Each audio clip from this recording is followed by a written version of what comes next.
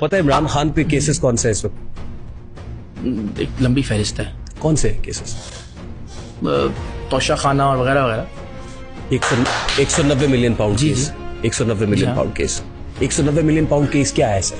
190 million pound case اتنا واضح ہے بہت ہی موٹے موٹے سے الفاظ میں کہ آپ کو ایک طرح سے ایک ریکوری پاکستان کی باہر سے آتی ہے 190 ملین پاؤنڈ کی, اور وہ جو ریکوری ہے آپ ایک شخص کے جرمانے کی مد میں ادا کروا دیتے ہیں جو کہ حکومت پاکستان کے اکاؤنٹ میں آنی چاہیے تھی.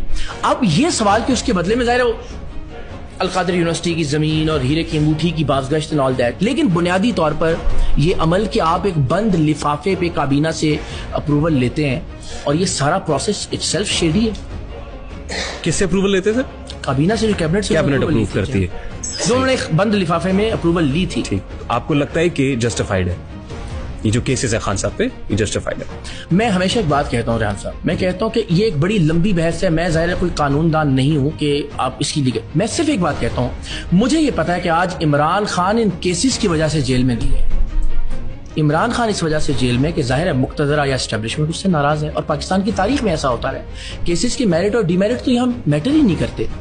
ہم اور آپ یہ بات کر رہے ہیں تو پھر خان صاحب کی ریلیز کے لیے آپ اسٹیبلشمنٹ سے بات کریں گے؟ اسٹیبلشمنٹ سے بات نہیں کریں گے. مجھے لگتا ہے کہ آپ ایک ایسا ماحول پیدا کر سکتے ہیں جس میں مصلحت, جس میں مفاہمت, جس میں امید ہے تب تک خان صاحب بھی کچھ سیکھ چکے ہوں گے. وہ اب بھی ظاہر ہے تھوڑا سا مفاہمت نہ سکھا جبر ناروا سے. لیکن میں سر وقف لڑا دے کسی بلا سے. جب میں کی بات ہو تو درست, لیکن جب ہم کی بات ہے, جب کروڑوں لوگوں کی زندگی اور ان کے مستقبل کا فیصلہ آپ کے فیصلوں کمپرومائز کر لینا چاہیے. مجھے لگتا ہے پھر مسئلہ کمپرومائز کہیں گے تو برا لگے گا, ڈیل کا لفظ استعمال کریں گے تو برا لگے گا. مفاہمت کہہ رہے ہیں, مصلحت اور مفاہمت. مصلحت کوشی قومی حمیت کے لیے زہر قاتل ہے. وہ ٹھیک ہے, اس پہ مخالفت اور دونوں طرح کے دلائل آ سکتے ہیں, لیکن مجھے لگتا ہے کہ دانش مندی سے, ٹھہراؤ سے, تحمل